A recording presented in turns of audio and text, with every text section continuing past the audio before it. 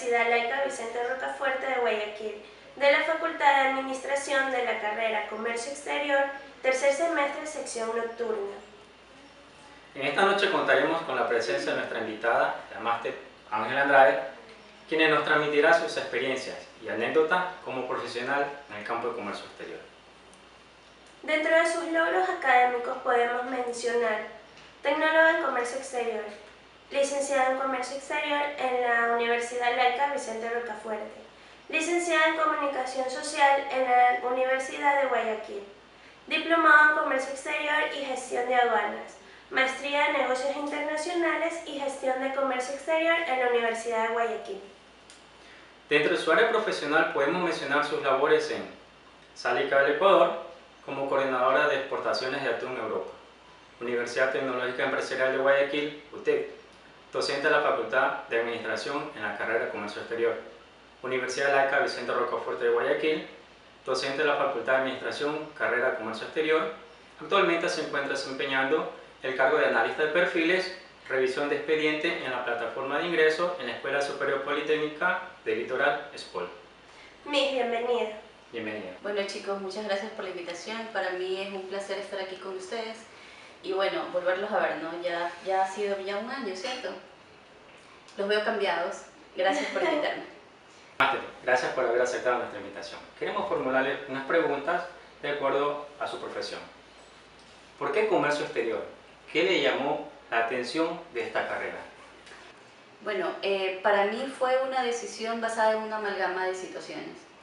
Primero, comercio exterior tiene que ver con el comercio, las compras y ventas. Internacional, bueno, pues asistí a muchas charlas de los colegios, las casas abiertas, y en las cuales te decían cómo eran cada una de las carreras. Y una de las carreras con la cual tuve más afinidad fue con comercio exterior, porque era comprar y vender, pero esta vez entre países.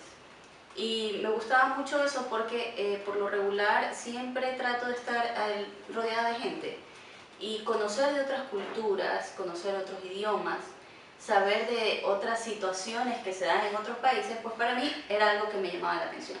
Y de hecho eso fue como el por qué escogí esta carrera. Máster, un gusto volverla a ver. De acuerdo a su trayectoria, ¿cómo ha visto que ha evolucionado el comercio exterior en el Ecuador? Con respecto a tu pregunta, pienso que el Ecuador ha venido evolucionando aceleradamente a nivel de comercio internacional. Lastimosamente han habido fases de involución, llamémoslo así, o desaceleramiento de esto. ¿Por qué? Si bien es cierto han crecido las compañías que han podido vender un producto que lo hacen aquí en un país extranjero, también han habido barreras que muy pocas empresas las pueden sobrepasar. Y el resto de las empresas que también tienen mucho potencial de exportación no lo hacen. No lo hacen no porque no quieran, sino porque no encuentran ese camino, esa vía para llegar a hacer que sus productos se posicionen en el extranjero. Entonces, ese aceleramiento sí, a partir de los 80 para acá, éramos un país netamente productivo de productos, valga la redundancia, de primer orden. ¿A qué llamamos? Banano, cacao, camarón. Pero ahora ya estamos haciendo productos elaborados que no necesariamente han destituido a los productos básicos, sino más bien han incrementado una balanza comercial. Entonces eso es muy bueno para el país. Tiene un desaceleramiento basado en ¿qué? En políticas internas que no ayudan a la mayoría de las empresas a que sigan en su caminar de elaboración de un producto, porque para elaborar un producto ¿qué necesitan? Mano de obra, necesariamente, no solo una maquinaria. Entonces dentro de esa mano de obra hay políticas, legislaciones que lastimosamente tienen que ver con el buen desarrollo de una empresa. Entonces esto es lo que ha involucionado. ¿Qué quiere decir o a qué me refiero con involucionar? Que hemos dejado de exportar las cantidades, el volumen o quizás los productos que hubiésemos podido hacerlo si hubiésemos tenido mayor apoyo no solo económico sino también legislativo. Ese es mi parecer. En este momento, hoy por hoy, pienso yo que estamos en un nuevo momento de volvernos a acelerar. Lastimosamente, la política tiene que ver mucho, en cualquier país, no solo en el Ecuador, y estamos en un momento de recesión, pero de recesión por decisión porque no sabemos cuál va a ser el próximo candidato que va a llegar a ocupar el sillón presidencial. Recuerden que la tendencia política o la tendencia económica de cada uno de estos candidatos dice mucho de cómo van a dirigirse las políticas a nivel internacional. Entonces es por esto que digo yo, estamos en una recesión, en un stand-by, donde las empresas van a ir poco a poco viendo la manera de volver a negociar. Y bueno, cada una de las empresas deberá aplastar el acelerador de acuerdo a todas las prebendas que se den en el entorno. Por mi parte, creo que esa sería mi respuesta a tu pregunta. Máster, haciendo un poco de historia, en enero del 2012 se dio inicio a un nuevo sistema llamado Ecuapaz. En su opinión, ¿este sistema cumplió las expectativas que se esperaban para facilitar el comercio exterior? Bueno, de hecho este sistema fue creado desde mucho antes, porque recuerden que antes en todos los procesos, no solo en los aduaneros, era la acumulación de papeles, muchos papeles para un trámite. Entonces llegaban a completar folders o leads llenos de papeles. Entonces comenzaron con una situación llamada el cero papeles. Entonces para llegar a este cero papeles necesitaban hacer una implementación de un sistema que sea ¿cómo les podría decir? Lo más amigable posible. ¿En qué sentido? En que no solo lo utilicen las personas que están dentro de la entidad de aduana, sino también los usuarios. Y estos usuarios comiencen llamémoslo, a interactuar entre la información de cada uno de sus trámites y los timbres o las autorizaciones o las negaciones inclusive que pueda indicar la aduana. Entonces fue creado el Ecuapaz. Y el Ecuapaz como tal tiene casi todos los procesos.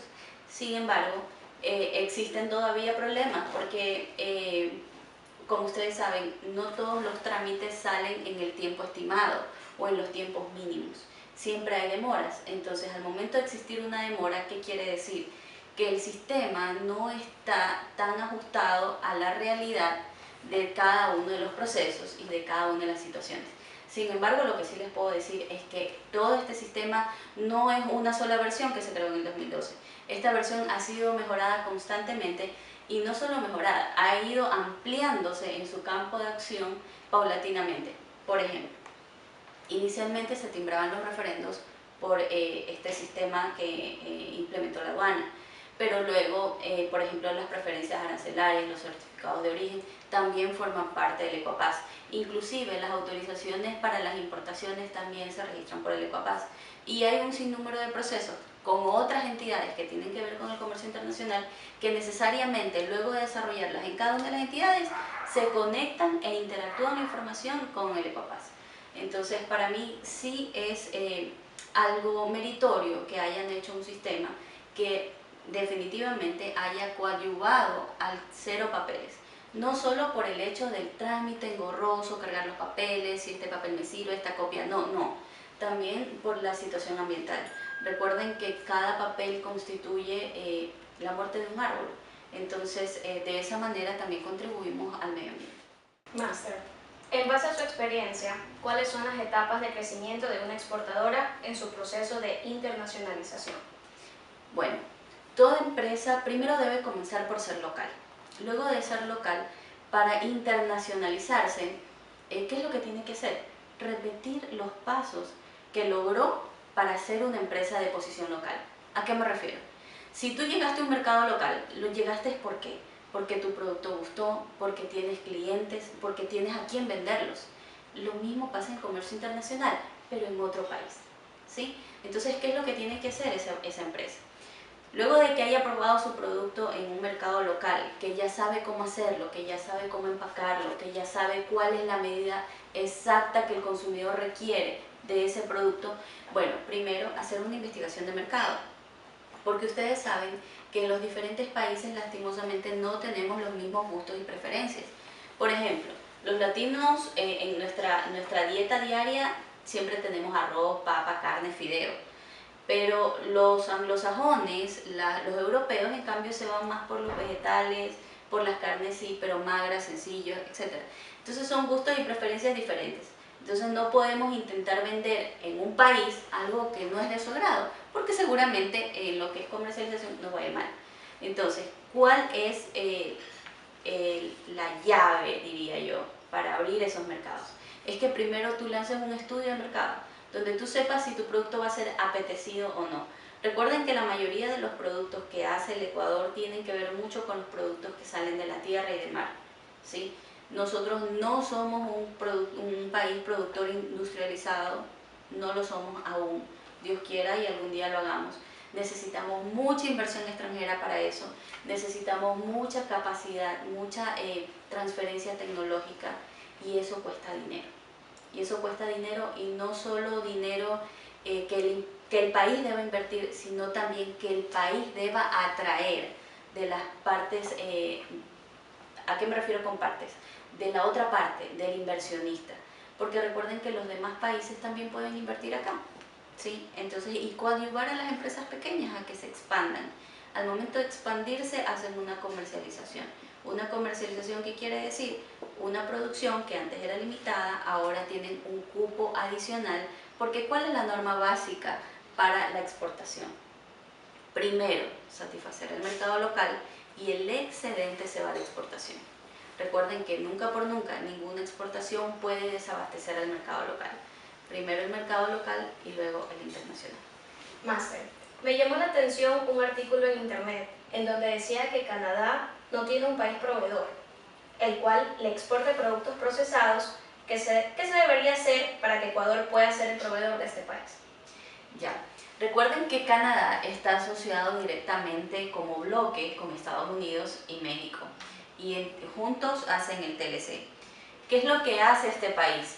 Si bien es cierto, es un nicho de mercado, sí. ¿Está abierto? Sí. ¿Canadá tiene que entrar a negociar con él? Sí, pero no va a entrar a negociar Ecuador-Canadá. Va a entrar a negociar como un bloque de comercio. ¿Y qué es lo que sucede ahí? Ecuador tendrá que valerse de sus negociadores. ¿Quiénes son sus negociadores? Ministro de Relaciones Exteriores, Ministro de Comercio Exterior y el mismo Presidente de la República, ¿sí? Y los agremiados van a promover mesas de negociación para que se dé este acuerdo. Y puede Ecuador decir, bueno, yo tengo una producción de congelados, de enlatados, que le puede servir al mercado de Canadá. Para esto, ¿qué es lo que van a hacer estas mesas de negociación? Ir y decir, TLC, yo tengo el producto, lo tengo en esta condición, en esta calidad, tu país lo requiere, pero necesito que me ayudes ¿con qué? Con las barreras. Recuerden que entre países existen barreras arancelarias y no arancelarias, y por ejemplo una de ellas podría ser esas barreras técnicas de calidad sanitaria, que quizás al Ecuador se le complique un poco cumplirlas. Entonces para eso entran estas mesas de negociación tratando de equilibrar el negocio, tratando de que esas barreras no sean lo suficientemente rígidas como para que el Ecuador no pueda exportar, o que los aranceles que se paguen en ese país no sean tan altos que pongan al producto con un precio muy caro en el mercado. ¿A qué me refiero? A que, por ejemplo, si nosotros tenemos conservas de atún, ¿cierto? Conservas de atún son los enlatados. De hecho, conservas de atún es el nombre que está en el arancel. Estas conservas de atún, si se van al extranjero y pagan un arancel, y allá en el mercado encuentras latas de 2 y 3 dólares, pero tu producto, como somos un país pequeño, producimos poco, no hay volumen, no hay producción a escala, entonces el producto va a ser un poco caro.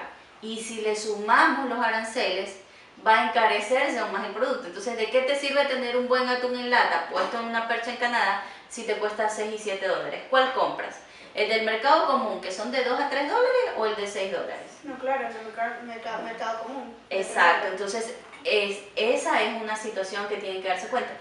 Vuelvo a insistir, el comercio internacional no es un monstruo enorme que nos va a comer en cualquier momento, no. Es lo mismo que pasa en los mercados locales, sino que tenemos que chequear cuáles son los gustos y preferencias, cuáles son las situaciones que se dan en ese país, como para que nuestro producto sea capaz de posicionarse en esa estantería. Entonces, recapitulando un poco, recuerden que el TLC, en efecto, Estados Unidos ya lo quiso firmar en Ecuador, pero fue el gobierno el que dijo que no. Sí, el que dijo que no porque supuestamente habían barreras de índole, o mejor dicho, no barreras, ideologías de índole capitalistas, opresivas hacia el país, que bueno, en cierta parte o en alguna quizás nos afectaba, pero no en el contexto general.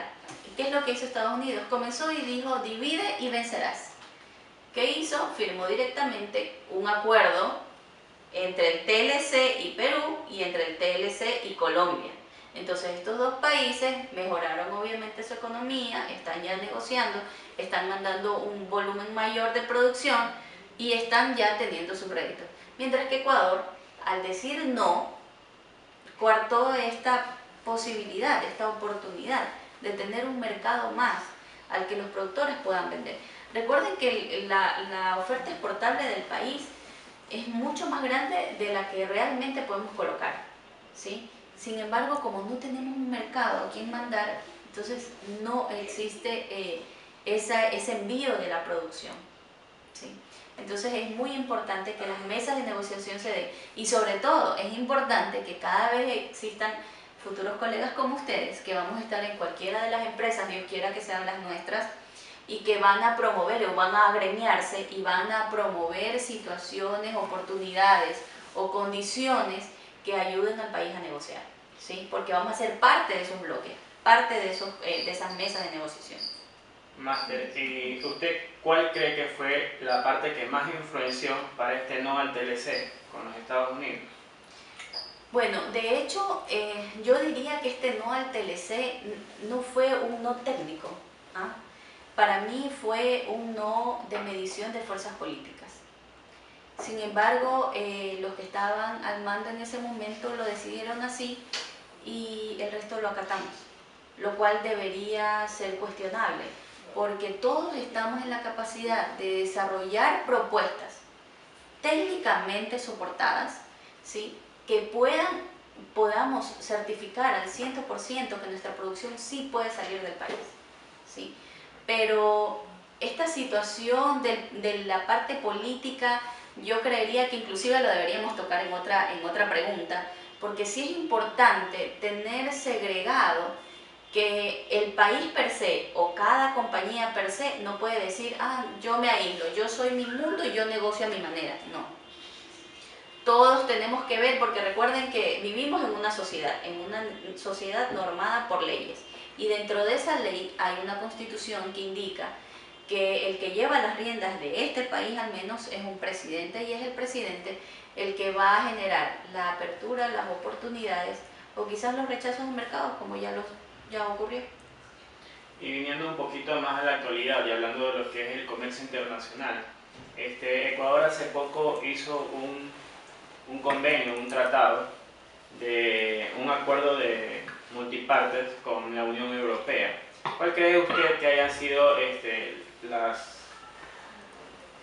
cosas que consideró Ecuador para que este acuerdo se dé de manera positiva?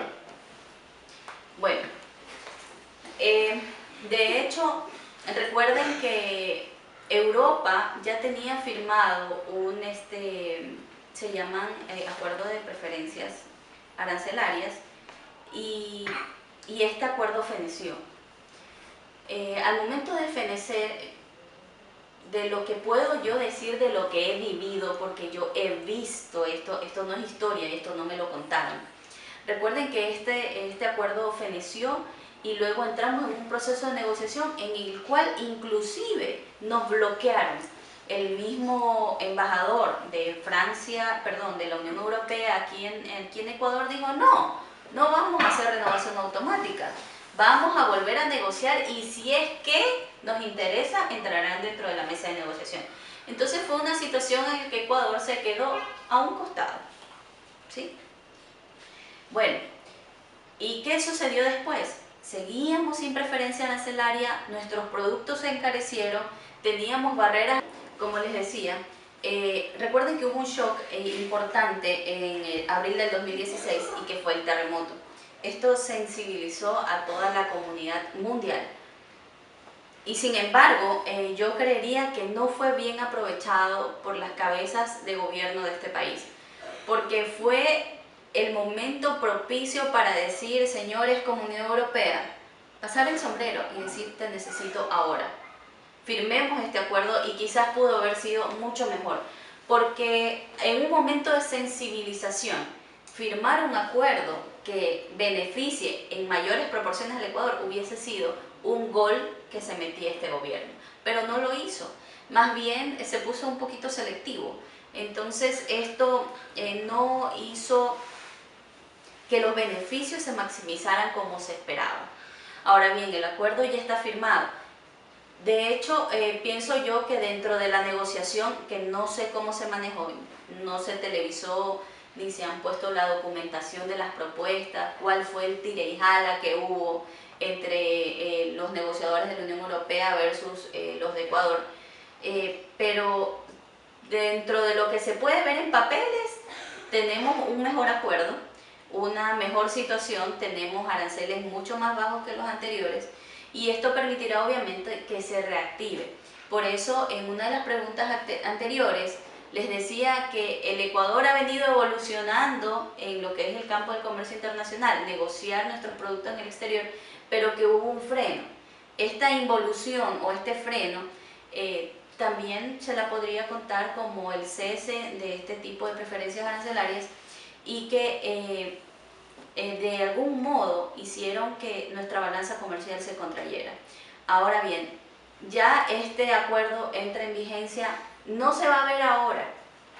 Esto tiene que enviarse muchas remesas en cuestión de exportación de productos para que veamos realmente si en efecto las ventas se van incrementando, tanto en volumen de producción como en mejoramiento de precios. Entonces, cuando esto se comience a visualizar, recuerden que también no solo este es un factor, ¿sí?, que hay que considerar. Recuerden que si todos los precios, el desempleo sigue en el país, definitivamente la economía no se equilibra. O sea, si bien es cierto estamos vendiendo, pero no es lo suficiente como para paliar lo que ocurre aquí adentro, ¿sí?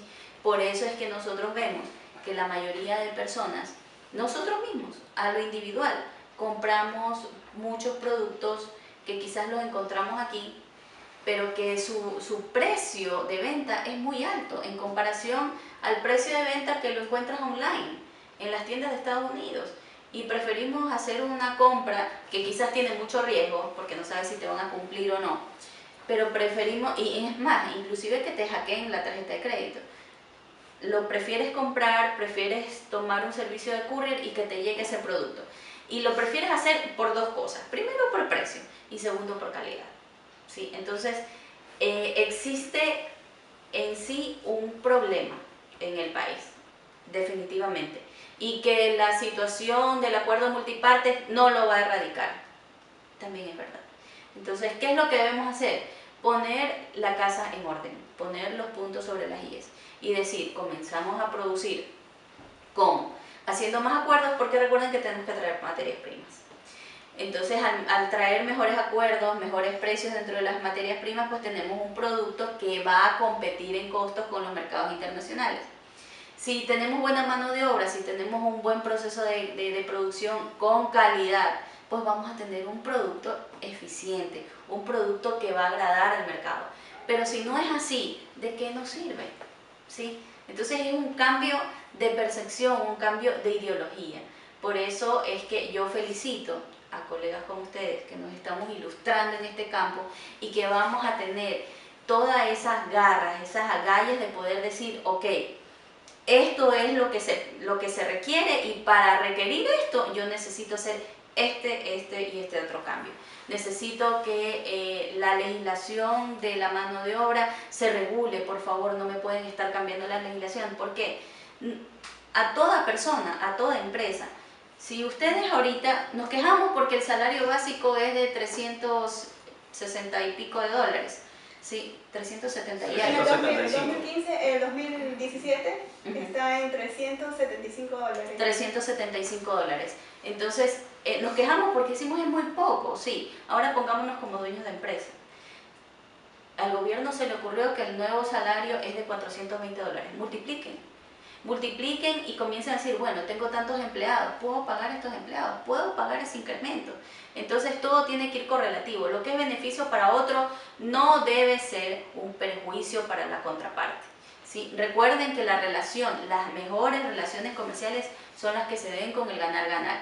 Si una parte pierde y la otra gana, definitivamente eso no va a ser un negocio duradero, no va a ser un negocio que trascienda. Y lo mismo sucede con nuestras empresas. O sea, si bien es cierto, nosotros negociamos un producto en el exterior, sí, pero también negociamos con nuestros empleados, diciéndole, prodúceme a tantas horas, prodúceme tanto volumen de producto, prodúceme con este costo de salario. Entonces, son algunas cosas que debemos de manejar y que no debemos aislarnos. Alguna vez en clase yo les dije que las personas que estamos en el comercio internacional definitivamente nos volvemos unos todólogos, y es por esto, porque debemos de saber de cada uno de estos tópicos que directa o indirectamente afectan al precio de un producto, y que ese producto afectado me va a afectar a mí en saber si lo puedo o no colocar en el exterior. Máster, para culminar la ronda de preguntas, ¿cuál es su opinión con respecto a las políticas actuales del país? Bueno, estamos en un momento crucial, en un entorno de elecciones. Como lo mencioné anteriormente, lastimosamente a nivel comercial también hay un freno por la situación de las elecciones.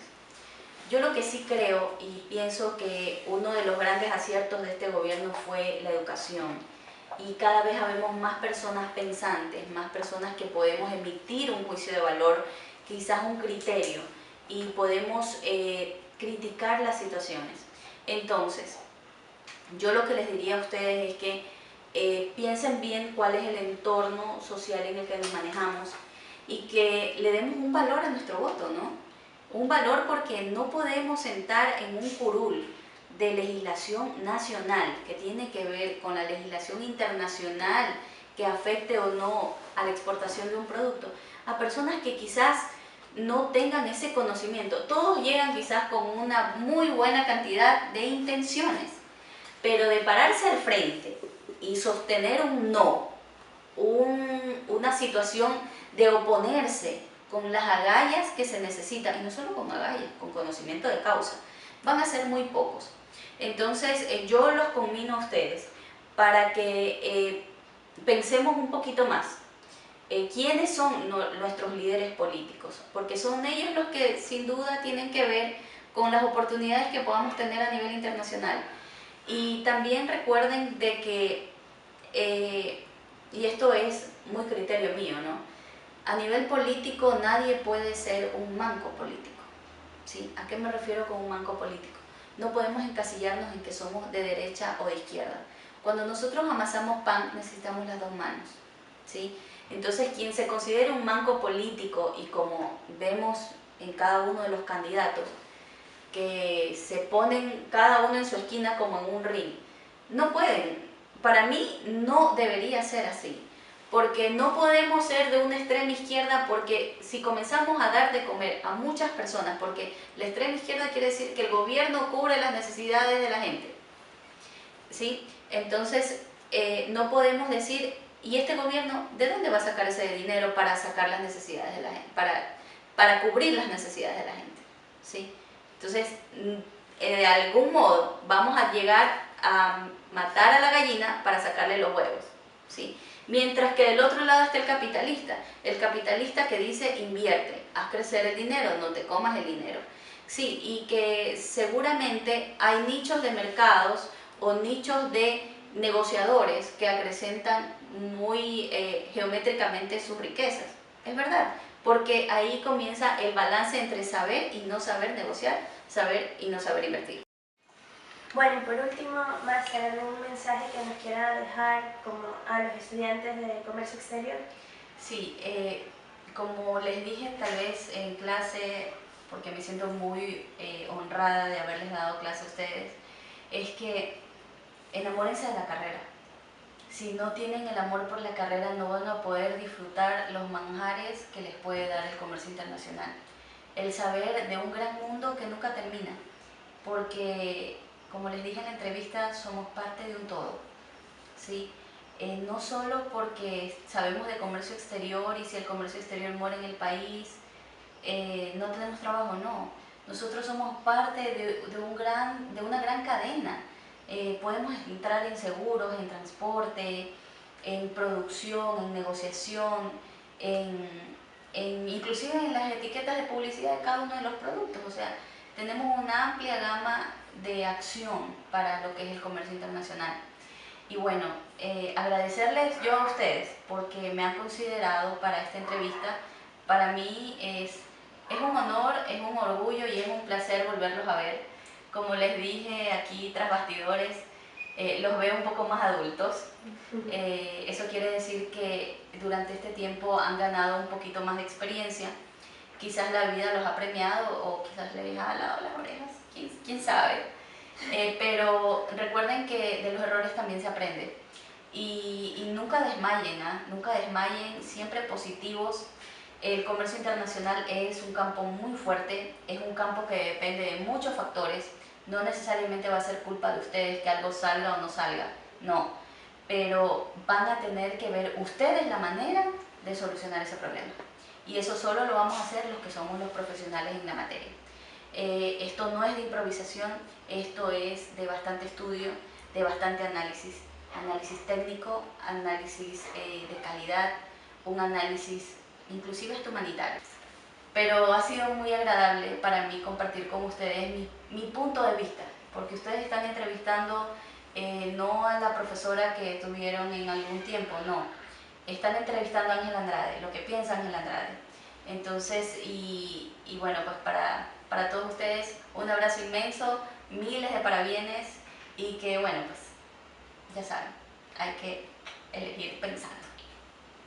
Muchas gracias, Bueno, Miss, nosotros le agradecemos su participación, mis compañeros, yo, por despejarnos todas esas dudas y asimismo es el sentir de todos pues desearles éxitos como ha venido cosechando y como dice, verlos como futuros colegas en un futuro no muy distante. Muchas gracias. Claro que sí. Gracias a ustedes.